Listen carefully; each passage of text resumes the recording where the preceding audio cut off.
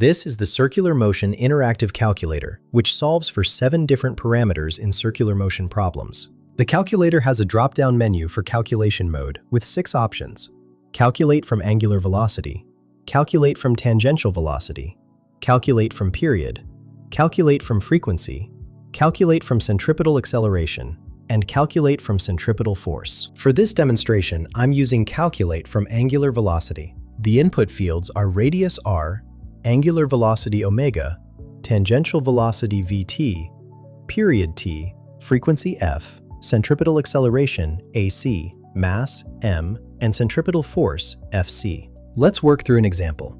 I'll enter a radius of 1.8 meters and an angular velocity of 4.5 radians per second. With a mass of 2.5 kilograms, clicking Calculate gives us our results. The tangential velocity v is 8.100 meters per second, confirming our angular velocity of 4.500 radians per second. The centripetal acceleration AC is 36.450 meters per second squared, producing a centripetal force FC of 91.125 newtons. The period T is 1.3963 seconds with a frequency F of 0.7162 Hz, and the rotational speed is 42.97 RPM. This calculator streamlines circular motion analysis for any engineering application.